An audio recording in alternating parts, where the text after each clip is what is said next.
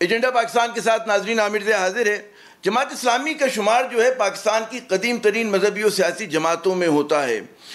دین کو تحریک کی صورت میں جاری کرنا، نظام دینی کا جو ہے نفاذ کرنا اور اسلامی انقلاب اس کا مقصد اور اس کا ہدف ہے۔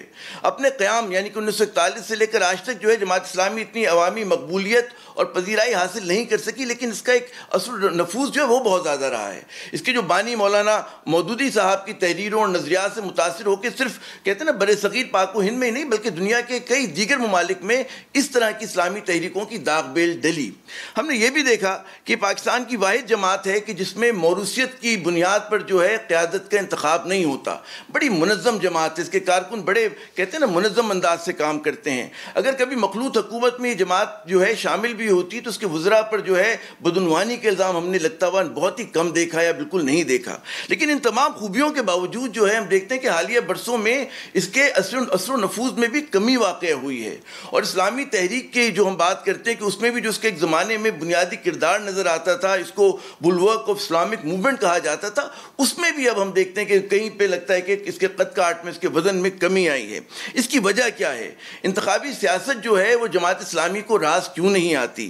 کیا تبدیلی کی خواہاں جتنی بھی جماعتیں ہیں وہ اس نظام میں رہ کر اس طرح کے انتخابات میں کامیاب ہو سکتی ہیں؟ اور مغربی جمہوریت اور اسلام کی جو پیوند کاری ہے وہ کتنی درست ہے، کتنی غلط ہے؟ جہاں ہم آج حالات حاضرہ کے اہم ترین سوالوں پر بات کریں گے، وہاں کچھ ان سوالوں کو بھی اٹھائیں گے۔ ہمارے ساتھ موجود ہیں جماعت اسلامی کے امیر جناب محترم سینیٹر سراج الحق صاحب، ہمیں منصورہ سے جوائن کر رہے ہیں ڈی سی این جی پہ۔ بہت شکریہ سراج الحق صاحب، آپ اپنا قیمتی وقت دے رہے ہیں۔ سب سے پہلے وہ کہتے ہیں کہ انتخابی سیاست میں ہم نے دیکھا کہ کبھی جماعت اسلامی بڑی کھلاڑی تو نہیں بن سکی، لیکن حالیہ برسوں میں جو ہے اس کا سیاسی اثر و نفوذ بھی کچھ کم ہوا ہے۔ ہو سکتا ہے آپ اس بات سے اختلاف کریں، لیکن ہم جیسے جو دور سے جماعت اسلامی کی سیاست کو برسہ برس سے دیکھ رہے ہیں، ہمیں لگتا ہے کہ اس کے وزن میں، اس کے قد کاٹ میں کچھ کمی واقع ہوئی ہے۔ جی سراج صاحب۔ بسم اللہ الرحمن الرحیم۔ عامر بھائی آپ کا بہت شکریہ، آپ نے بہت اچھے سوالات اٹھائے ہیں، اور یہی سوالات ہوتے ہیں جو معاشرے کو تعلیم دینے کا، سیاسی شعور دینے کا بنیاد بن سکتے ہیں۔ پہلی بات یہ ہے کہ گزشتہ عرصے میں جتنی بھی الیکشن ہو گئے ہیں کراچی سمیت پورے ملک میں، کیا ہمارے ملک میں الیکشن آزادانہ ہوتے ہیں؟ کیا اس ملک میں واقعی جمہوریت ایک دن کے لیے آئی بھی ہے؟ کیا الیکشن سے قبل یہ فیصلے نہیں ہوتے ہیں کہ کس صوبے میں کون سی جماعت کو اقتدار دیا جائے اور کن لوگوں کو برسر اقتدار لیا جائے؟ تو کیا آپ کراچی میں ہیں تو کیا کراچی میں سیاست آزاد ہے؟ جس دن پاکستان میں سیاست اور جمہوریت آزاد ہو اسی دن آپ الیکشن کریں، جماعت اسلامی اس دنیا میں، پاکستان میں سب سے بڑی جماعت ابھرے گی۔ ایک بات تو یہ ہے کہ یہاں اب بھی سیاست اور الیکشن جو ہے یہ پیسے کا کھیل ہے۔ صلاحیت، دیانت، امانت، لوگوں کی خدمت، انسانوں کے ساتھ محبت، یہ بہت ثانوی موضوعات رہ جاتے الیکشن میں۔ الیکشن میں پٹواری، تانے دار، جاگیردار، مقامی طور پر جو بدماشوں کے اور غنڈوں کے چھوٹے بڑے جھتے ہوتے ہیں وہ لوگ اثر انداز ہوتے ہیں، لوکل سطح پر بھی اور ملکی اس سطح پر بھی۔ اس لیے جب بھی جہاں بھی تھوڑی سی کڑکی کھلتی ہے نا جی الیکشن کے لیے، تو وہاں پھر جماعت اسلامی سامنے آ جاتی ہے۔ میں آپ کو یاد دلا دوں، ایک زمانے میں تعلیمی اداروں میں یونینز کے الیکشن ہوتے تھے، اور Karachi university, Lahore university, Multan university, Quaid Azam university, جہاں جہاں بڑی یونیورسٹیاں ہیں، جب بھی الیکشن ہوتے تھے تو یہی اسلامی جمعیت طلبہ کامیاب ہوتی تھی۔ لیکن پھر آپ نے دیکھا کہ ماشاء اللہ کے زمانے میں یہی سوچا گیا کہ یہ یونینز یہ تو ایک نئی قیادت کے لیے ایک بیس بنتا ہے، اس لیے اس دروازے کو بھی بند کیا گیا۔ جب آپ نے دیکھا کہ مزدوروں کے یونینز کے الیکشن ہوتے تھے تو وہاں بھی ریلوے میں، پی آئی اے میں، سٹیل مل میں، ہر جگہ یہی جماعت سامنے آتی تھی۔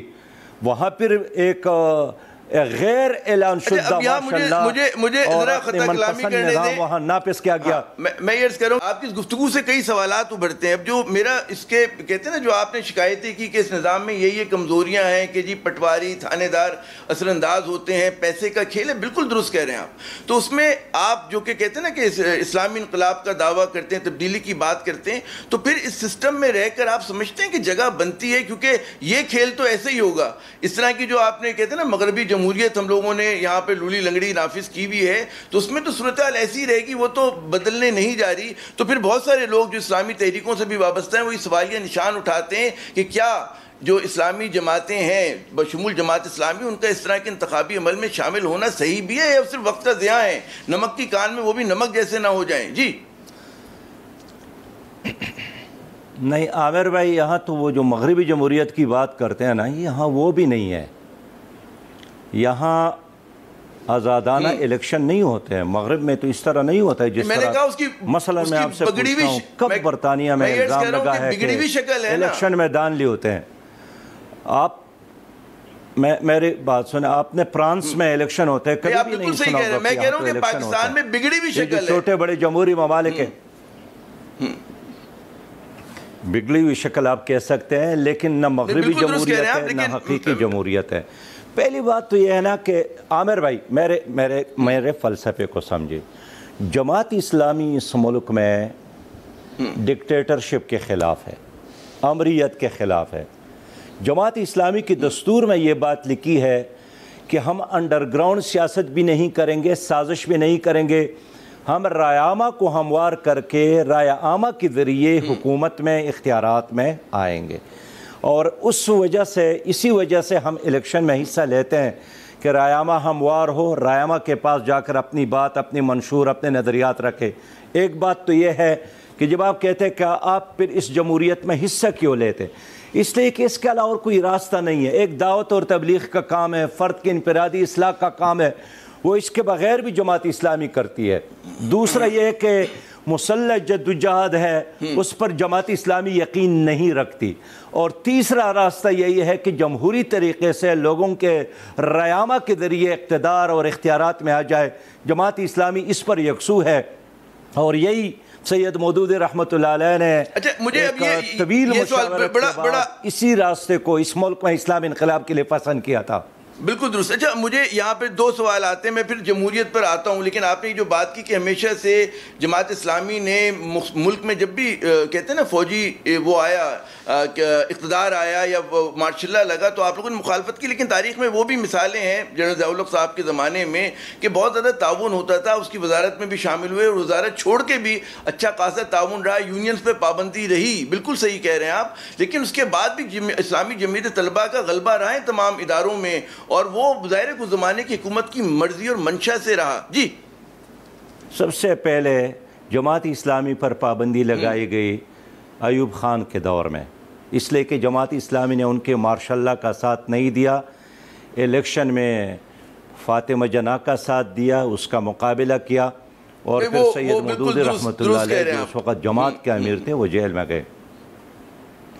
ضیاء الحق کے دور میں جماعت اسلامی ان کے ساتھ حکومت میں شامل نہیں ہوتی۔ اس دوران پاکستان قومی اتحاد تھا، جس کی قیادت جناب مولانا مفتی محمود رحمۃ اللہ علیہ کرتے تھے، اور قومی اتحاد نے بحیثیت مجموعی فیصلہ کیا کہ ان کے ساتھ ہم نے شامل ہونا ہے، اس لیے کہ ضیاء الحق نے اعلان کیا تھا، وہ لفظ آپ کو یاد ہوگا کہ میں 90 دن کے اندر الیکشن کراؤں گا، لیکن آپ ساتھ دے دیں تاکہ میں الیکشن کے لیے ماحول بنا دوں اور الیکشن کو یقینی بنا دوں۔ لیکن جب اس نے اپنا وعدہ پورا نہیں کیا تو پروفیسر غفور صاحب سمیت، محمود اعظم فاروقی صاحب سمیت تمام لوگوں نے ان کی وزارتوں سے استعفیٰ دیا اور ہم باہر نکل آئے۔ پرویز مشرف صاحب کی حکومت میں آپ کو یاد ہوگا اس نے سب سے پہلی پابندی جماعت اسلامی کی اس وقت کے امیر جناب قاضی حسین احمد صاحب پر لگائی تھی، اور اس نے چیلنج کیا تھا اس کے نظام کو، اور پھر جو ملک میں دینی جماعتوں پر مشتمل اتحاد تھا انہوں نے سب سے بڑھ کر ان کی مخالفت کی۔ تو میں آپ کے علم میں لانا چاہتا ہوں کہ جماعت اسلامی نے ایک دن کے لیے بھی اس ملک میں امریت کو، ڈکٹیٹرشپ کو، مارشل لا کو قبول نہیں کیا ہے۔ اچھا لیکن مجھے یہ بتائیے کہ ٹھیک ہے آپ نے بالکل درست کہا کہ ایوب خان کے دور میں مخالفت ہوئی، یہ ایم ایم اے جب بنی تھی تب بھی خیبر پختونخوا اس زمانے میں NWFP ہوا کرتا ہے، تو اقتدار بقول آپ کے کہ جی یہ طے کر کے دیا جاتا ہے کہ کس جماعت کو دیا گیا، تو دیا گیا تھا ایم ایم اے کو، اور کچھ تعاون بھی رہا تھا مشرف صاحب کی حکومت سے بھی۔ چلیں وہ پرانی بات ہوئی، ایک اور میرے خیال میں زیادہ میرے لیے سوال یہ ہے کہ جو جمہوریت اب میں دیکھتا ہوں کہ ہماری جو اسلامی دینی جماعتیں جب یہ اس کی بات کرتی ہیں تو بہت سارے لوگ یہ سوال کرتے ہیں جو سیاست کے طالب علم ہیں، جو دین اسلام کے طالب علم ہیں، وہ کہتے ہیں کہ جی کہتے ہیں اسلام اور جمہوریت جو ہے ایک دوسرے سے میل نہیں کھاتے، ان میں ایک دوسرے کی جو پیوند کاری ہے یہ درست نہیں ہے۔ تو یہ جو ایک تاثر ہے کہ جی جب آپ جمہوریت کی بات کرتے ہیں، اور جمہوریت کی پہلی شرط یہ ہوتی ہے کہ جی سیکولر ہونا ضروری ہوتا ہے، آپ سیکولر ہوں اور جمہوری نہ ہو سکتا ہے، لیکن جمہوریت کے لیے سیکولرزم بہت ضروری ہے۔ تو آپ جب ظاہر ہے کہ ہماری تصور جو ہے مغرب سے آیا، یہ ٹرمنالوجی مغرب سے آئی، تو آپ لوگ کیسے اس کو جمہوریت کا راگ الاپتے ہیں؟ جی اگر آپ کہیں نا کہ آپ دودھ کیوں پیتے ہیں، اس لیے کہ تو مغرب میں لوگ بھی پیتے ہیں۔ اگر آپ سوال کریں کہ آپ گوشت کیوں کھاتے ہیں، اس لیے کہ تو مغرب میں بھی لوگ کھاتے ہیں، لیکن وہاں خنزیر کا گوشت 100% حرام، اور یہاں حلال گوشت، وہاں حرام دودھ، یہاں حلال دودھ۔ اس لیے ہم جس جمہوریت کی بات کرتے، ایک تو نظریاتی طور پر میں عرض کروں کہ اسلام میں حکومت بنانے کا، حکومت سازی کا اختیار عوام کو ہے، اور اللہ کی طرف سے صرف انبیاء، ان کے بارے میں حکم ہے کہ یہ میرے طرف سے ہے۔ باقی خلافت بنتی ہے، حکومت بنتی ہے، جو بھی نظام بنتا ہے وہ عوام کے رائے کے بغیر نہیں بنتے۔ اور آپ کے علم میں ہوگا کہ سب سے پہلے اسلامی تاریخ میں چیف الیکشن کمشنر جناب عبد الرحمن بن عوف تھے۔ حضرت عمر ابن خطاب رضی اللہ تعالیٰ عنہ نے وفات سے قبل ایک ارینجمنٹ کیا تھا، اور اس ارینجمنٹ کے نتیجے میں عبد الرحمن بن عوف ہر گلی میں جا کر، ہر دروازے پر دستک دے کر، بڑوں سے بھی، نوجوانوں سے بھی، حتیٰ کہ خواتین سے بھی پوچھا کہ نیا امیر المومنین و حکمران آپ کو کون پسند ہے۔ اس لیے کہ قرآن کا ایک واضح حکم ہے کہ وَشَاوِرْهُمْ فِي الْأَمْرِ ذرا میں جان کے مان پاؤں، فَتَوَكَّلْ عَلَى اللَّهِ، میں یہ عرض کروں کہ امور میں مشاورت کر۔ عامر بھائی مجھے سن لے، دیکھیں میری بات سنیں پھر آپ سوال کریں۔ اللہ کا حکم یہی ہے کہ آپ اپنی امور میں مشاورت کرو، جب یکسو ہو جائے پھر اللہ پر توکل کرو۔ اس لیے یہ جو امام حسین رضی اللہ تعالیٰ عنہ کا بہت بڑا واقعہ ہے، وہ بھی بنیادی طور پر اس امریت کے خلاف لڑے تھے اور شہید ہو گئے تھے۔ تو جو اسلامی تحریکوں کی پوری تاریخ ہے، یہ اسی بنیاد پر ہے کہ انہوں نے ہمیشہ امریت کا، ڈکٹیٹروں کا، بادشاہوں کا، ظالموں کا، جابروں کا، فاسقوں کا مقابلہ کیا ہے، اور آج بھی کر رہی ہے۔ اچھا اب میں اگر مجھے جان کے مان دیں آپ، تو میرا ذرا سا میں اختلاف کرنے کی جرت کروں گا۔ جہاں تک دیکھیں نا کہ پہلے خلیفہ مشاورت سے ہوئے کہ مدینے کے لوگ بیٹھے، اور جو ظاہر کہ حضرت عمر صاحب شامل ہوئے تھے اس میٹنگ میں، اور اس کی وجہ سے دیکھتے ہیں کہ حضرت ابوبکر صدیق صاحب جو ہیں وہ جو ہیں خلیفہ بنے پہلے۔ دوسرے خلیفہ کو نامزد کیا گیا تھا، تیسرے کے لیے کمیٹی بنی تھی، چوتھے پہ اختلاف ہو گیا، تو اس کے بعد تو ہمارے یہاں بنو امیہ کی حکومت آئی، تو وہ کون سی الیکٹڈ حکومت تھی، اور اس نے کیا فتوحات اسلام کی نہیں کی جتنی تیزی سے اسلام پھیلا۔ بڑے بڑے جنرل تھے، محمد بن قاسم صاحب کے زمانے میں سندھ فتح ہوا، طارق بن زیاد اسپین میں اترے، افریقہ فتح ہوا، بنو عباس کی کون سی جو تھی وہ جمہوری حکومت تھی، اس کے بعد آٹومن امپائر جو تھی کون سی وہ جمہوری۔ تو ہماری جو آپ لوگ بات کرتے ہیں کہ آج کی مطلب ٹرمنالوجی کو جو ہم نافذ کرتے ہیں اس دور سے، تو وہ تو درست نہیں ہے۔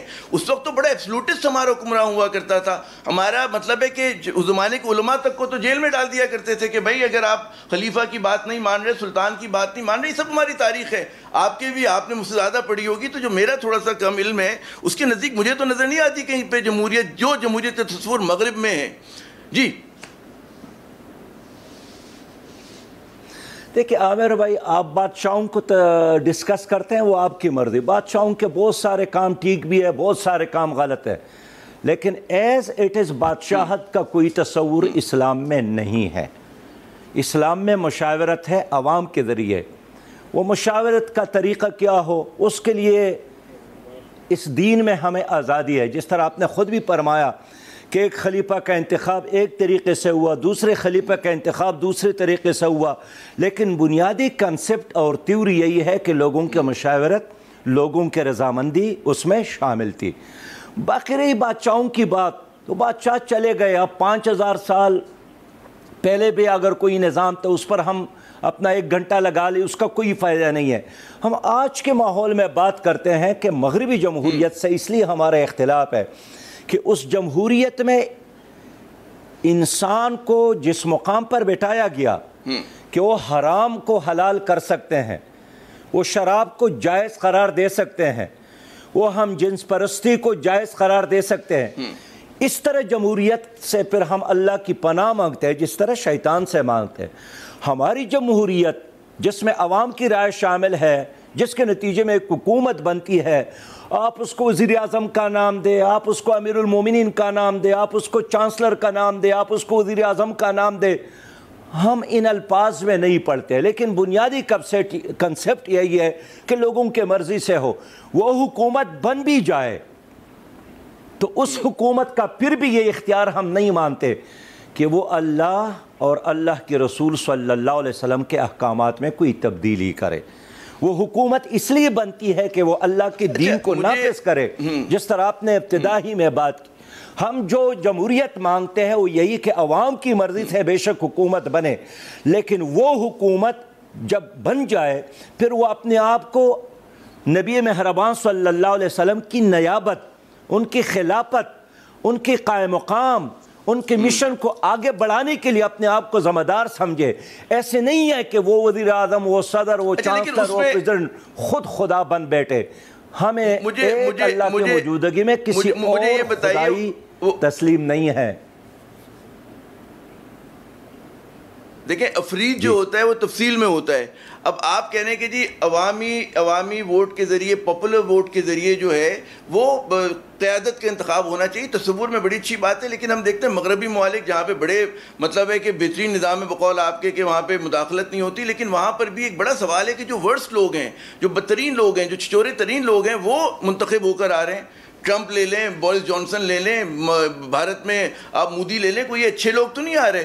اچھا اسی طرح ہماری جو بقول آپ کے لولی لنگڑی جمہوریت ہے، تو یہ کون سے مطلب ہے کہ جو لوگ کینڈیڈیٹ ہوتے ہیں ان کے اوپر کوئی شرط نہیں ہوتی، کوئی بھی آدمی جس کے پاس پیسہ دھن دولت ہوتی ہے وہ آ کے الیکشن میں کھڑا ہو سکتا ہے۔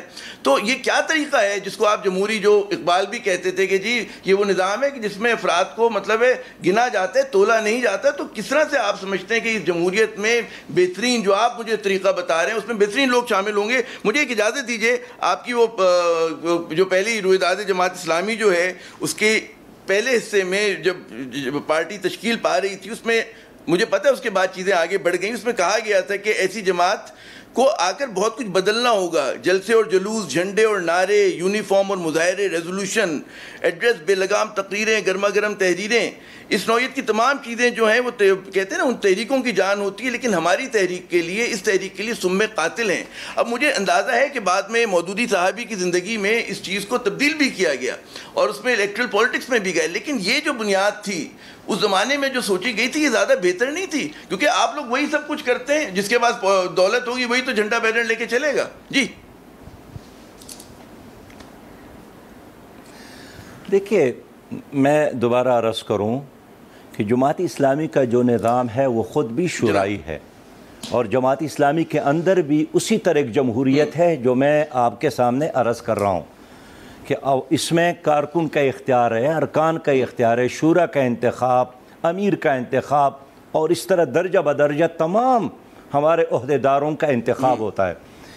ابتدا میں جماعت اسلامی میں ایک بحث یہ ضرور چلی تھی کہ ہمیں الیکشن میں حصہ نہیں لینا چاہیے، ہمیں صرف دعوت اور تبلیغ پر فوکس کرنا چاہیے، اور یہ جو ہمارے بہت مشہور شخصیت ہے، عالم دین ہے، ہمارے مربی رہے ہیں جناب ڈاکٹر اسرار صاحب، جناب عبدالقادر حسن صاحب، اور اس طرح حقانی صاحب، یہ تمام لوگ اس اجتماع میں شریک تھے جن کا موقف یہی تھا کہ ہمیں الیکشن میں نہیں جانا چاہیے۔ عامر بھائی ہاں بالکل یہ بھی تھے، لیکن اس اجتماع میں مولانا مودودی رحمۃ اللہ علیہ نے 7 گھنٹے خطاب کیا تھا، اور اس طریقہ کار کے ہر پہلو کی وضاحت کی، اور جماعت اسلامی کے ایک غالب اکثریت نے پھر سید مودودی رحمۃ اللہ علیہ کے اس موقف کے ساتھ اتفاق کیا کہ ہمیں پاکستان میں جو انقلاب، جو نظام، جو حکومت بنانی ہے اور لانا ہے، اس کے لیے ہم جمہوری راستوں کو اختیار کریں گے، کوئی اور راستہ اختیار نہیں کریں گے۔ باقی عامر آپ کو اگر آپ یہ بات آپ نے طے کر لی، ٹھیک ہے، یہ آپ نے کہا کہ تو خراب لوگ آتے ہیں، اس میں بنیادی وجہ یہی ہے کہ آج بھی آپ کے آئین میں تو یہ لکھا ہے کہ اس میں 62-63 ایک دفعہ تو شامل ہے کہ اس میں بدنام آدمی، حرام خور آدمی اور اس طرح جو ہمارے اور آپ کے معیار کے وہ نہ آئے۔ اس کے لیے باقاعدہ دستور میں وضاحت موجود ہے۔ مسئلہ یہی ہے کہ اس کے امپلیمنٹیشن کا مسئلہ ہے اور اس پر کبھی عمل نہیں ہوا ہے۔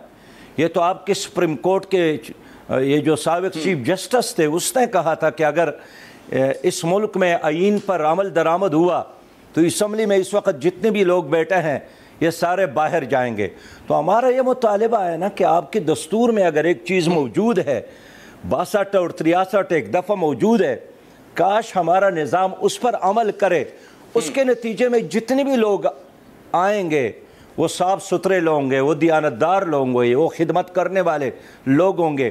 لیکن اس وقت تو جاگیرداروں کا، کرب جاگیرداروں کا اور کرب سرمایہ داروں کا ایک ٹولہ ہے جو نسل در نسل تمہارے اوپر مسلط ہے۔ وہ کبھی پیپل پارٹی کی صورت میں، کبھی مسلم لیگ کی صورت میں، پھر وہی لوگ پی ٹی آئی کی صورت میں، ماشاء اللہ ہو تو وہی لوگ ان کے ساتھ بھی ہوتے ہیں۔ تو یہ ایک جتہ ہے اور یہ تقریباً وہی ایک تسلسل ہے کہ جب انڈیا میں ایسٹ انڈیا کمپنی یہاں آئی تھی، انہوں نے اقتدار پہ قبضہ کیا، تو اپنے اقتدار کو دوام اور مضبوط کرنے کے لیے انہوں نے جن لوگوں کو پالا تھا، جن لوگوں کو جاگیریں عطا کی تھی، جن لوگوں کو بڑے بڑے القابات دیے تھے، اختیارات دیے تھے، ان کے جانے کے بعد آپ کی سیاست اور نظام انہی لوگوں کے ہاتھوں میں رہا۔ اور یہی ہے، اگر ہم اور آپ گننا شروع کر لیں تو ابھی قائد اعظم یونیورسٹی کے ایک پروفیسر نے اس پر بہت اچھا ریسرچ کیا ہے، ان تمام خاندانوں کے نام جمع کیے کہ جن کو ایسٹ انڈیا کمپنی نے پالا تھا، نوازا تھا، اور انگریز کے جانے کے بعد وہی لوگ آج تک مختلف حکومتوں میں مختلف ناموں کے ساتھ، جنڈوں کے ساتھ، سلوگن کے ساتھ تمہارے اور ہمارے اور اس عوام کے اوپر مسلط ہے۔ قابض ہے۔ اچھا مجھے ذرا سا وہ کہتے ہیں نا خطا کلامی کرنے دیں، کیونکہ میں اس سے پہلے کہ وقفے پہ جاؤں ایک اور آخری سوال کہ ہم نے یہ دیکھا کہ ایک تو آپ لوگوں نے یہ اس بات کا فیصلہ کیا کہ جمہوری طرز سیاست اپنائیں، بالکل درست ہے۔ دوسری طرف ہم دیکھتے ہیں کئی اور اسلامی تحریکیں ہیں کہ جو شدت پسندی کی طرف چلی گئیں اور انہوں نے اس راستے کو بالکل رد کیا۔ ہم دیکھتے ہیں کہ دونوں تجربے، جو آپ لوگ انتخابی سیاست میں آئے آپ کو پذیرائی نہیں ملی، اور جو لوگ جنہوں نے شدت پسندی اپنائی وہ بھی مرکزی دھارے سے کٹ گئے۔ کیا آپ کی آبزرویشن ہے اس حوالے سے؟ جی دیکھیں، جو لوگ شدت پسندی کی بات کرتے ہیں، انتہا سے پسندی کی بات کرتے ہیں، ہمیشہ جماعت اسلامی نے ان لوگوں کو بھی یہی راستہ سمجھانے کی کوشش کی ہے، اور اس طرح راستہ جن لوگوں نے اختیار کیا ہے وہ تھوڑی دیر کے لیے تو رہے، لیکن تسلسل کے ساتھ اس کی کام کو دوام نہیں ملتا، ناکامی سے دو چار ہو گئے۔ لیکن جماعت اسلامی کو آپ عامر بھائی اس میں نہ لینا کہ ہمارے بلدیات میں اگر کہیں میئر کامیاب ہو گیا تو آپ سمجھے کہ جماعت اسلامی کامیاب ہو گئی، نہیں۔ اگر ہمارے قومی اسمبلی اور صوبائی اسمبلی میں کچھ لوگ کامیاب ہو گئے تو آپ سمجھے کہ جماعت اسلامی، یہ ایک بہت جزوی کام ہے۔ جماعت اسلامی ایک نظریاتی جماعت ہے، اور آپ خود بھی اعتراف کرتے ہیں کہ گزشتہ ایک صدی مسلسل جماعت اسلامی نے جو نظریاتی کام کیا ہے اس کے نتیجے میں ملکی سطح پر بھی، لیکن بین الاقوامی سطح پر کیا ہمارے اس دین کو فائدہ ہوا ہے کہ نہیں ہوا ہے؟ اب ہمارے مقابلے میں ایک نظام موجود تھا جس کو سید مودودی رحمۃ اللہ علیہ نے چیلنج کیا تھا کمیونزم اور سوشلزم کی صورت میں، اور 1946 میں مولانا مودودی رحمۃ اللہ علیہ نے اعلان کیا تھا کہ بہت جلد وہ وقت آنے والا ہے کہ ماسکو میں کوئی لینن اور مارکس کا نام نہیں لینے والا نہیں ملے گا، اور لوگ ان کے جھنڈے کو اور ان کے جو بڑے بڑے بت انہوں نے بنائے ہیں خود ہی توڑیں گے۔ وہ دن ہم نے دیکھا۔ میں خود چائنا گیا قاضی حسین احمد صاحب کی قیادت میں، اور وہاں چائنیز کمیونسٹ پارٹی کے دفتر میں گئے، ہم ان کے ساتھ سوشلزم کی بات کرتے تھے، ماؤ کے فلسفے کی بات کرتے تھے۔ انہوں نے کہا کہ اب ہم ان چیزوں پر بات کرنا ہی پسند نہیں کرتے ہیں کہ ماؤ کون تھا، لینن کون تھا، مارس کون تھا، اس لیے کہ یہ عجائب گھر کا حصہ ہے. چیزیں آگے بڑھ گئی کہ ان کے نظریات فیل ہو گئے. چیزیں آگے بڑھ گئی ہیں. عامر بھائی، عامر یاد رکھے مولانا مودودی رحمۃ اللہ علیہ نے یہ بھی فرمایا تھا کہ کمیونزم کے اندر کی طرح واشنگٹن میں بھی وہ دن آنے والا ہے کہ جب وہاں سرمایہ دارانہ نظام کی لاش کو خود لوگ اٹھا کر دریا برد کریں گے. اب 46 میں یہ بات کرنا بہت مشکل تھا، لیکن آج آپ دیکھتے ہیں نا، لوگ گوبر سے ٹرکوں کو بھر کر، ٹرکوں میں گوبر ڈال کر لوگ IMF کی طرف، ورلڈ بینک کے دفاتر کی طرف آتے ہیں کہ یہ سرمایہ دارانہ اور یہ جو سرمایہ دارانہ نظام کے مراکز ہے ان کے خلاف بغاوت کرتے ہیں، نفرت کا اظہار کرتے ہیں، وہاں ان کے خلاف احتجاج کریں. اچھا مجھے ذرا خطا کلامی کرنے دیں. ہاں مجھے خطا کلامی کرنے دیں، کیونکہ مجھے کہا یہ جا رہا ہے کہ یہاں پہ وقفہ لے لیں. ناظرین، ہم نے کچھ نظریاتی باتیں کی، بڑا مطلب ہے وہ والے ریڈیکل ایشوز کے اوپر بات کی. ہم جب وقفے کے بعد دوبارہ حاضر ہوں گے کچھ حالات حاضرہ پہ بات کریں گے، جو ملکی مسائل ہیں اس پر بھی بات کریں گے، کشمیر کا ایشو ہے اس پر بھی بات کریں گے. ہمارے ساتھ رہیے گا.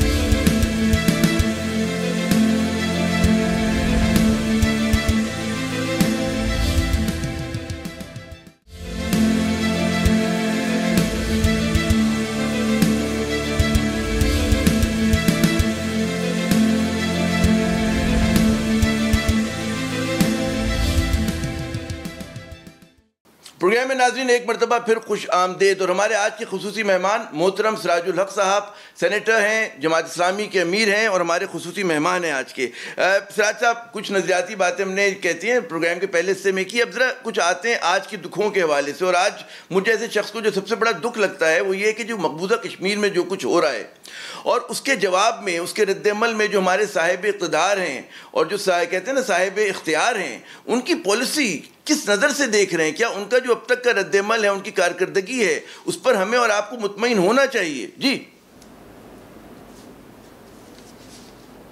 عامر بھائی، ایک تو کشمیر میں بے انتہا ظلم ہو رہا ہے، قتل عام ہو رہا ہے، ایک پوری قوم ہے جس کی نسل کشی ہو رہی ہے.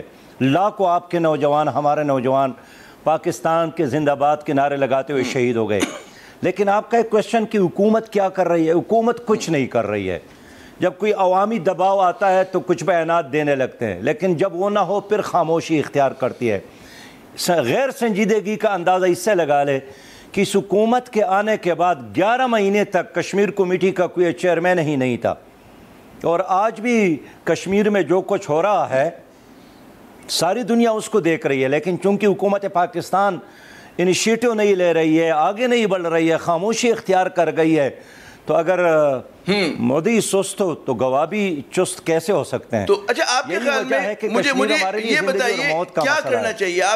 آپ کیا زندگی اور موت کا مسئلہ ہے، زندگی اور موت کے مسئلے کے لیے کیا مشورہ آپ حکومت کو دیں گے 2-3 لائنوں میں کہ جی یہ کرے، یہ آپ کا جو ہے لائن عمل ہونا چاہیے؟ دیکھیں، ابھی آپ کا ایک بجٹ پاس ہوا، اس میں کشمیر کاس کے لیے کچھ بھی نہیں ہے. ہمارا یہی ڈیمانڈ ہے کہ ایک قومی پالیسی تشکیل دی جائے کشمیر کے حوالے سے، جو کسی حکومت کے آنے جانے سے تبدیل نہ ہو. ہم نے حکومت کو تجویز دی ہے کہ ایک نائب وزیر خارجہ جس کا اور کوئی کام نہ ہو کشمیر کاس کے حوالے سے، اسی پر مقرر کیا جائے. ہم نے حکومت کو تجویز دی ہے کہ آزاد کشمیر کی جو حکومت ہے اور مقبوضہ کشمیر کے وہ ساری سیاسی قیادت جو اس وقت باہر کی دنیا میں ہے، امریکہ میں ہے، کینیڈا میں ہے، برطانیہ میں ہے، سعودی عرب میں ہے، باقی ممالک میں ہے، ان پر ایک مشتمل عبوری حکومت بھی بنایا جائے جس میں ان کو بھی نمائندگی دی جائے. ہمارا یہ مطالبہ ہے کہ اس وقت جو آزاد کشمیر کے وزیر اعظم ہے اس کو پوری خطے کا وزیر اعظم، جو بھی وزیر اعظم ہو، اس کو پوری خطے کا وزیر اعظم ڈکلیئر کیا جائے. جو اسمبلی آزاد کشمیر میں، اس میں مقبوضہ کشمیر کے لوگوں کو بھی نمائندگی دی جائے.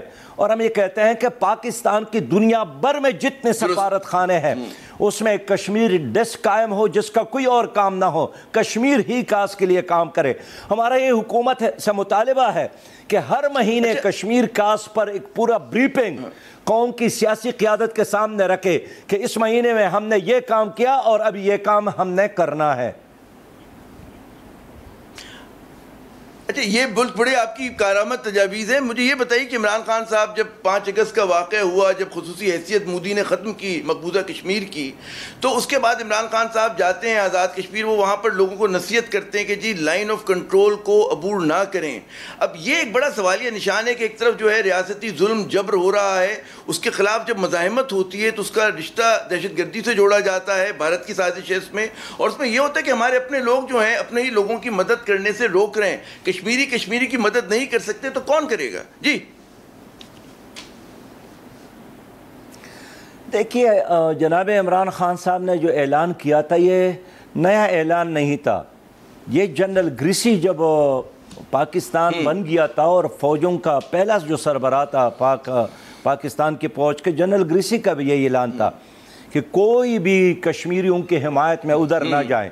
آپ نے دیکھا کہ قبائل کے لوگ تو گئے تھے کشمیر, وہاں شہید بھی ہو گئے تھے, اور جو علاقہ آزاد ہوا ہے ان میں بھی قبائلیوں کا بہت بڑا کارنامہ ہے. لیکن سوال یہ ہے کہ لاہور کے لوگ کیوں نہیں گئے, پنڈی کے لوگ کیوں نہیں گئے, کراچی کے لوگ کیوں نہیں گئے, گجرانوالہ کے لوگ کیوں نہیں گئے؟ اس لیے کہ اس وقت بھی جنرل گریسی نے یہ سارا راستہ بند کیا تھا. جناب عمران خان نے اسی روایت کو زندہ کیا کہ جو اس طرف جائے گا وہ پاکستان کا غدار ہوگا, اور ان اعلانات سے کشمیریوں کی حوصلہ شکنی ہو گئی. انہوں نے اپنے آپ کو تنہا محسوس کیا. تو خود کشمیر کے لوگ حیران ہیں کہ ہم مر رہے ہیں, لڑ رہے ہیں پاکستان کے خاطر, اور پاکستان کا وزیر اعظم اعلان کرتا ہے کہ جو ان کی سپورٹ کے لیے جائے گا وہ پاکستان کا غدار ہوگا. وہ اردو میں کسی نے کہا ہے کہ میری جنازہ پڑھائی غیروں نے اور مرے تھے جن کے لیے اور رہے وضو کرتے, لیکن یہ تو وضو میں بھی ہمیں نظر نہیں آئے. اس لیے اگر پاکستانی قوم کشمیریوں کے پشت پہ کڑا نہ ہو اور ہم نے صرف حکومت پر چھوڑ دیا, تو حکومت تو یہی چاہتی ہے کہ یہ موضوع بس ختم ہو جائے, آؤٹ آف ڈیٹ ہے. اور جس طرح باقی دنیا کہتی ہے کہ ان قراردادوں پر 70 سال گزر گئے, لیکن یہ تو کشمیری قوم کو سلام پیش کرتے ہیں کہ انہوں نے اس ایشو کو خون کی قربانی دے کر زندہ رکھا ہے. مجھے یہ بتائیے کہ ایک زمانے میں جو ہماری دینی مذہبی جماعتیں ہوتی تھی بڑا پیش ہوتی تھی اس پوری جدوجہد میں, اب ایک تو وہ کردار نظر نہیں آ رہا. پھر ہم دیکھتے ہیں کہ جی بھارتی اور بین الاقوامی دباؤ میں آ کر وہ جو لوگ کل تک جہاد کشمیر کے سرخیل ہوا کرتے تھے سب سے آگے, ان کے خلاف کارروائی ہوتی ہے. حافظ سعید صاحب ان کے ساتھیوں پہ, کیا درست حکمت عملی حکومت کی یہ جائز ہے, یہ جو اپنایا گیا پالیسی؟ دیکھیے, جو کارروائی اب تک حکومت نے کی ہے یہ تو آپ بھی جانتے ہیں, ساری دنیا جانتی ہے. خود حکومت کہتی ہے کہ ہم صرف IMF سے قرضے لینے کے لیے سب کچھ کر رہے ہیں, اور جن لوگوں کو پابند کیا ہے, ان کے ہاسپٹل کو, ان کے تعلیمی اداروں کو قبضے میں لیا ہے, ان کو بھی یہی سمجھایا ہے کہ آپ گلہ نہ کریں, بس ہمارے اوپر بین الاقوامی پریشر اور دباؤ ہے. تو یہ اپنے ملک کی مفاد یا اپنے مفادات کے اینک لگا کر معاملات کو نہیں دیکھتے ہیں. یہ ان کے مفادات اور ان کے نقطہ نظر کے مطابق یہ حکومت کام کر رہی ہے. لیکن الحمدللہ آپ نے دیکھا کہ ہر وقت جماعت اسلامی اپنا فرض ادا کر رہی ہے, اور کراچی سے لے کر چترال تک ہمیشہ پوری قوم جماعت اسلامی کی آواز پر لبیک کہتی ہے. اور جب بھی کشمیر کا ایشو ہو تو لوگ رنگ اور نسل اور پارٹی سے بالاتر ہو کر کشمیریوں کے پشپناہی کے لیے گھروں سے باہر آتے ہیں. آپ مجھے بتائیے کہ پیپلز پارٹی, نون لیگ, پاکستان تحریک انصاف, ان کی کشمیر پالیسی میں کوئی آپ کو بڑا فرق نظر آتا ہے کہ اس میں آپ کو لگتا ہے کہ ایک جیسی ہے, کوئی مور اور لیس سیم ہے؟ دیکھیے, جو پالیسی پرویز مشرف نے بنائی, اس کی حکومت نے بنائی تھی, اور اس میں یہی تھا کہ کسی طریقے سے اس پوری ایشو کو کفن پہنا کر دفنایا جائے. اور اس لیے انہوں نے ایک ساتھ نکاتی پروگرام کا اعلان بھی کیا تھا. خود ان کے دور کے وزیر خارجہ قصوری صاحب فرماتے ہیں کہ ہم نے تو سب کچھ طے کیا تھا، یہ تو رنگ میں بھنگ ڈالا جناب گیلانی صاحب نے، کہ جنہوں نے سری نگر میں کھڑے ہو کر اس پلان کو ناکام بنایا اور ہمارا پورا پروگرام سبوتاش کیا کشمیریوں نے۔ اس کے بعد جتنی حکومتیں قائم ہوئی ہے، وہ مسلم لیگ کی حکومت ہو، پیپل پارٹی کی حکومت ہو، ان کے پالیسیوں میں کوئی فرق نہیں ہے، اور آج کی جو حکومت ہے ان کی پالیسی بھی اسی کی طرح چل رہی ہے۔ یہی وجہ ہے کہ وہ مر رہے ہیں، اور یہ اب تو آنسو بھی بہانے کے لیے تیار نہیں ہے۔ اس وزیر اعظم نے اعلان کیا تھا نا، آپ کو یاد ہے کہ بھئی آپ لوگ ادھر نہ جائیں، ہم ہر جمعے کو احتجاج کریں گے۔ آج ہم وزیر اعظم صاحب سے پوچھتے ہیں کہ کیا اپنی باتوں کو اتنی جلدی بھول جاتے ہیں؟ پھر قوم سے مشورے بھی نہیں کیا کہ چلے ہفتے میں نہیں کر سکتے تو مہینے میں ایک بار کرتے ہیں، 6 مہینوں میں ایک بار کرتے ہیں، بھول ہی گئے۔ ایک بار انہوں نے اس کے حمایت میں کالی پٹی لگائی، اس کا بھی مودی نے مذاق اڑایا۔ میں یہی عرض کروں کہ اس طرح کے احتجاج کا بھارت کی صحت پر کیا اثر پڑتا ہے کہ آپ اگر اپنی دکانیں بند کر دیں، ہم احتجاج کالی پٹی پہن لیں، کالے کپڑے پہن لیں، بھارت پہ تو اس کا دباؤ نہیں پڑتا۔ میں ایک اور موضوع آپ کے کشمیر کے حوالے سے بہت آپ نے بڑی میرے خیال میں تفصیل سے بات کی، ایک اور موضوع کہ ایک زمانہ تھا کہ جماعت اسلامی جو ہے وہ کہتے ہیں نظریہ پاکستان کی خود ساختہ چیمپئن کے طور پہ ابھرتی تھی، اور وہ کبھی مطلب اوریانیت کے خلاف مظاہرہ ہو رہا ہے، کبھی ٹی وی پہ کوئی پروگرام چل گیا، اب وہ ساری چیزیں جو ہے قصہ پارنیاں بن گئی۔ اب آپ لوگ جو ہیں ہم دیکھتے ہیں کہ بھارتی فلمیں بھی اس ملک میں چلی اور جماعت اسلامی خاموش تھی، اور بھارتی کانٹینٹ بھی ٹی وی پہ چلتا تھا، وہ تو خود جب کشیدگی ہوئی تو بند ہوا۔ تو آپ لوگ اب اس طرح سے فعال کردار ادا نہیں کرتے ان چیزوں میں، جو بیٹل آف نیریٹو ہے، بیانیے کی لڑائی میں جماعت اسلامی جو ہے بیک فٹ پر کیوں ہے؟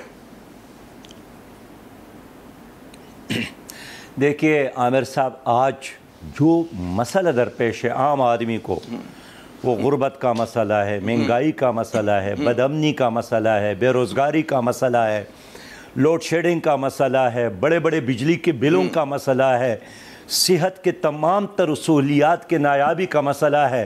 اس ملک میں نظریاتی طور پر جو سازشیں ہو رہی ہیں، جو قادیانیوں کے لیے جگہ بنائی جا رہی ہے، ان تمام مسائل کا ایک علاج ہے کہ پاکستان کی عوام ایک بار جماعت اسلامی پر اعتماد کرے۔ جلسے ہم کرتے ہیں، جلوس کرتے ہیں، احتجاج کرتے ہیں، بینر لگاتے ہیں، یہ ہم اپنی طرف سے جتنا بھی ہم کر سکتے ہیں ہم کر رہے ہیں، لیکن اگر اختیارات ایک ایسے ٹولے کے ساتھ ہو، اختیارات ایسے لوگوں کے ساتھ ہو جن کا نہ کوئی نظریہ معلوم ہو، جن کا نہ کوئی قبلہ معلوم ہو، جن کا نہ کوئی ویژن ہو، اور ان کا صرف ایک ہی مقصد ہو کہ اپنے مفادات کا تحفظ کرنا، تو آپ جلسے جلوس کرتے رہیں۔ مجھے خطا کلامی وقت کم ہے ہمارے پاس، پاکستانی عوام سے کام کرتا ہوں کہ ایک بار جماعت اسلامی پر اعتماد کرے۔ اچھا مجھے کیونکہ میں خطا کلامی یوں کر رہا تھا کہ وقت کم ہے، بات یہ کہ ایک 50-60 سال سے آپ لوگ ایک تجربہ جو مسلسل دہرا رہے ہیں، ٹھیک ہے نا، اچھا اس کا وہ نتیجہ نہیں نکل رہا، تو یہ وقت نہیں کہ آپ اپنی حکمت عملی تبدیل کریں۔ اور اسی سے جڑا ہوا ایک اور سوال ہے کہ جی عمران خان بھی تبدیلی کا نعرہ لگا کر آئے تھے، مگر وہ کہتے ہیں نا کہ ڈیلیور کرنے میں ناکام رہے، لوگوں کی توقعات پہ نہیں اتر سکے۔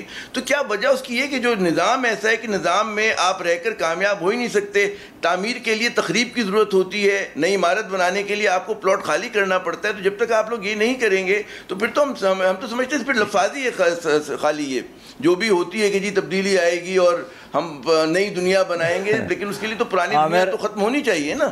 جی دیکھیے عامر بھائی، جتنی بھی انبیاء اس دنیا میں تشریف لائے ہیں نا جی، انہوں نے ایک ہی کلمہ پیش کیا ہے کہ لا الہ الا اللہ، اور ہم آج بھی یہی بات کرتے ہیں کہ لا کا مطلب یہی ہے کہ موجودہ نظاموں سے بغاوت کرے۔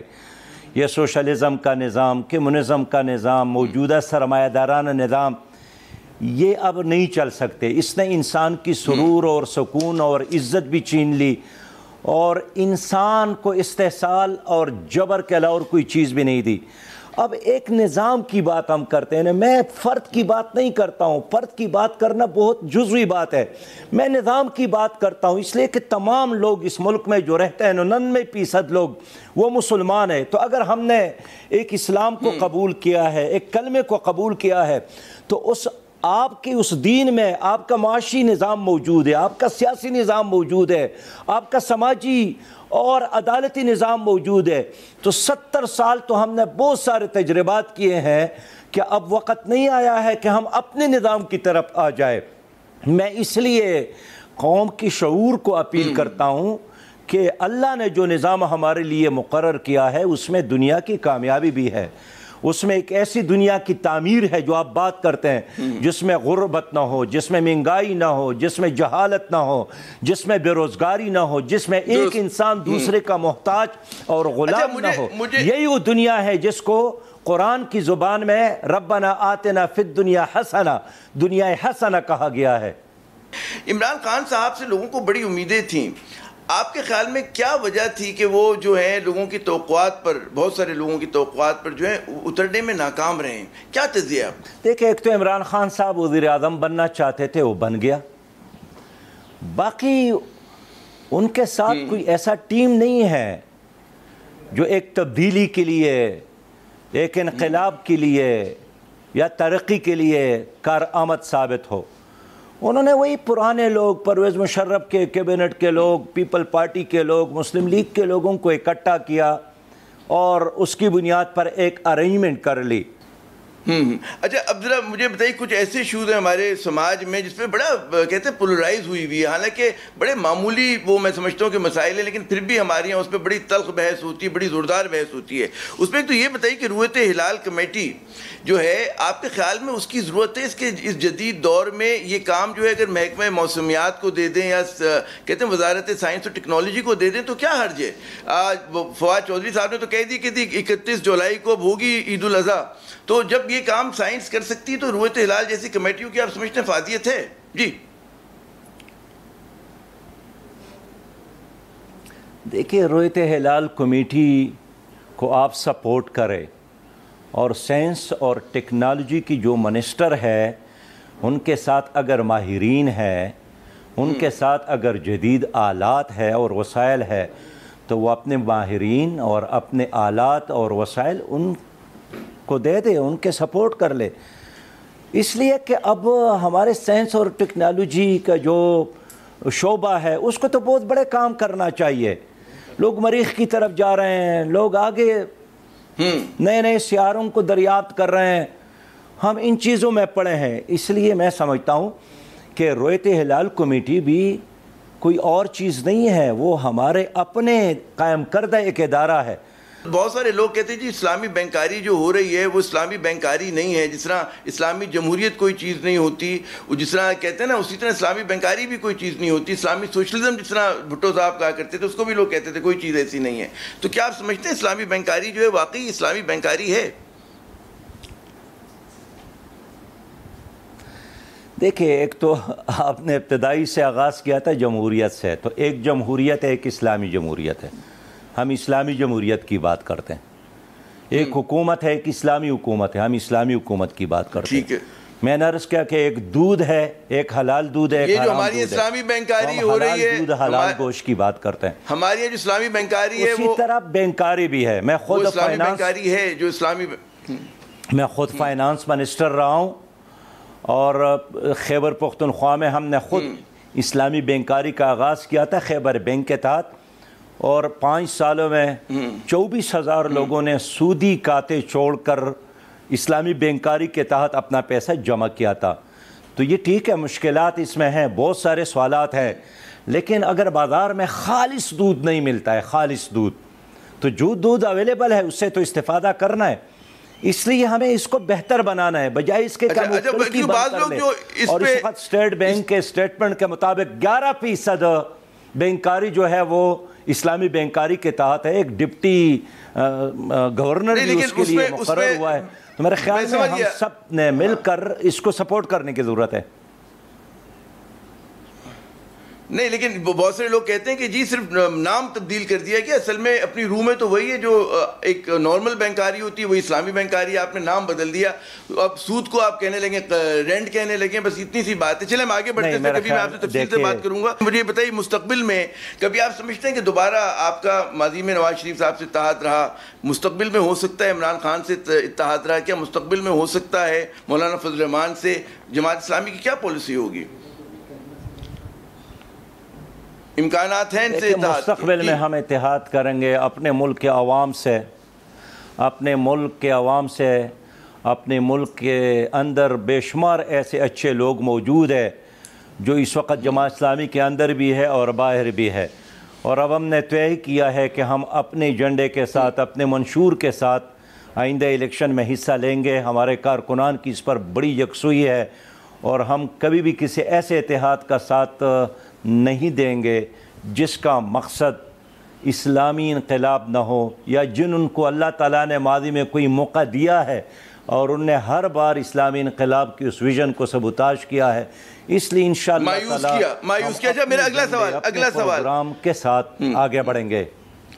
سیاست سوال یہ ہے کہ جماعت اسلامی کا کیا موقف ہے کہ 18ویں ترمیم پہ وہ کہتے ہیں کہ آپ سمجھتے ہیں ترمیم کی ضرورت ہے؟ نہیں ہے، ٹھیک ہے، جو آپ نے عمران خان صاحب پہ تنقید کی وہ اپنی جگہ، لیکن جو ملک ہیں، ریاستیں جو ہیں بیک وقت کہتے ہیں نا وبا کا بھی مقابلہ کرتی ہیں، ترمیم بھی کر سکتی ہیں، جنگ بھی لڑ سکتی ہیں، بیماروں کی کہتے ہیں نا وہ دیکھ بھال بھی کر سکتی ہیں۔ تو آپ کی پارٹی کا کیا موقف ہے؟ آپ سمجھتے ہیں کہ ہونی چاہیے ترمیم یا نہیں؟ جی دیکھیے ہمارا بھی ایک تو نقطہ نظر ہے، اور 18 ترمیم تو ہو گئی ہے، اب تو آپ کو 24 ترمیم لانی ہوگی۔ اب حکومت نے کوئی چیز وضاحت نہیں کی ہے کہ ان کو کس چیز پر اعتراض ہے، کون سے نئی چیزیں لا رہے ہیں، کون سے آسمان کے تارے وہ قوم کو دینا چاہتے، ایسی کوئی بات نہیں ہے۔ ایک مبہم، ایک مجہول، ایک اندھیروں میں تیر چلانا، ایک ہوائی گھوڑے پر سواری کرنا، اب تو حکومت یہ کر رہی ہے۔ میں مشورہ دیتا ہوں کہ اس وقت نئی ایشوز کو چھوڑنے کے بجائے پوری قوم کو یکسو کر لے، تمام سیاسی جماعتوں کو ایک پیج پر لے لے، اور اپنی قوم کو اس کرونا وائرس کی وبا اور معاشی کرائسس سے نکالے۔ آپ کی قوم پنس گئی ہے، آپ دلدل میں ہے، اور آپ کے گھر میں لاشوں کے انبار لگے ہیں، اور آپ کہتے ہیں کہ سرما لگانا چاہیے، اور آپ کہتے ہیں کہ سرخی پاؤڈر کا انتظام کرنا چاہیے۔ پھر عامر بھائی مجھے کہیں کہ ریاست تو یہی کرتے ہیں کہ لاشوں کو دفناتے بھی ہیں اور سرخی پاؤڈر کا انتظام بھی کرتے ہیں۔ نہیں، ہر کام کا اپنا ایک وقت ہے۔ اس وقت قوم رو رہی ہے وینٹیلیٹر کے لیے، علاج کے لیے، دوائی کے لیے، انجیکشن کے لیے۔ اچھا مجھے یہ بتائیے کہ آپ نے کہا جی قومی اتفاق رائے ہونا چاہیے، بالکل ہونا چاہیے، بہت سارے اس کے اوپر ترجیحات کا تعین ہونا چاہیے، لیکن جہاں پہ ہماری قوم بڑے بڑے مسائل کا شکار ہے، ایک کہتے ہیں نا آن اے لائٹر ٹون، ایک چیز پہ بڑا ہمارے یہاں ایک کنسنسس بھی ہے۔ ایک ترکی کا ڈرامہ چل رہا ہے ارطغرل غازی، آپ کی نظر پڑی؟ دیکھا آپ نے اس ڈرامے کو؟ اب تک نہیں دیکھا؟ موقع ملا آپ کو؟ ویسے مجھے سچی بات یہ ہے موقع نہیں ملا ہے، اس پر تبصرے پڑے ہیں، لوگوں کی جو ریمارکس آتے ہیں وہ میں پڑھتا ہوں، اور اس سے مجھے ان کی اہمیت کا اندازہ ہوا کہ اس میں کیا ہے کیا نہیں ہے۔ باقی جو لوگ اس وقت یہ کوارنٹائن ہو جاتے ہیں اور وہ 14 دن وہ وہاں پہ بند ہو جاتے ہیں بیچارے، تو میں اکثر کہتا ہوں کہ چلو مطالعہ کرو، ذکر و اذکار بھی کرو، توبہ استغفار بھی کرو، اور وہ ایک جو اس وقت اویلیبل ہے میڈیا پر تو وہ بہتر چیز ہے، وہ دیکھا۔ لیکن میں نے خود اب تک مجھے موقع نہیں ملا ہے، میں نے صرف اس پر تبصرے پڑھے، لیکن بحیثیت مجموعی اس کے جو اثرات ہے اس میں ایک اچھا پیغام ہے، ایک ماضی کے ساتھ حال کو جڑنے والی بات موجود ہے، اور ایک عظمت رفتہ کا تصور اس میں ہے، اور اس میں بتایا جاتا ہے کہ مسلمان کس طرح آگے بڑھے تھے، غالب آئے تھے۔ بہت بہت شکریہ سراج الحق صاحب، آپ نے اپنا قیمتی وقت دیا۔ ناظرین گفتگو سنی آپ نے، یقیناً بہت ساری باتیں ہیں، بہت سارے سوالات ہیں، ہم ان سے اختلاف بھی کر سکتے ہیں، اتفاق بھی کر سکتے ہیں، لیکن جو اصل اہم ترین بات ہے کہ حکومت کی ترجیحات جو ہیں وہ درست ہونی چاہیے، اور سب سے ضروری ان حالات میں یہ کہ جی قومی اتفاق رائے، اس کے بغیر ہم گاڑی کو آگے نہیں دھکیل سکتے۔ عامر ضیاء کو اگلے پروگرام تک اجازت دیجیے گا، خدا حافظ۔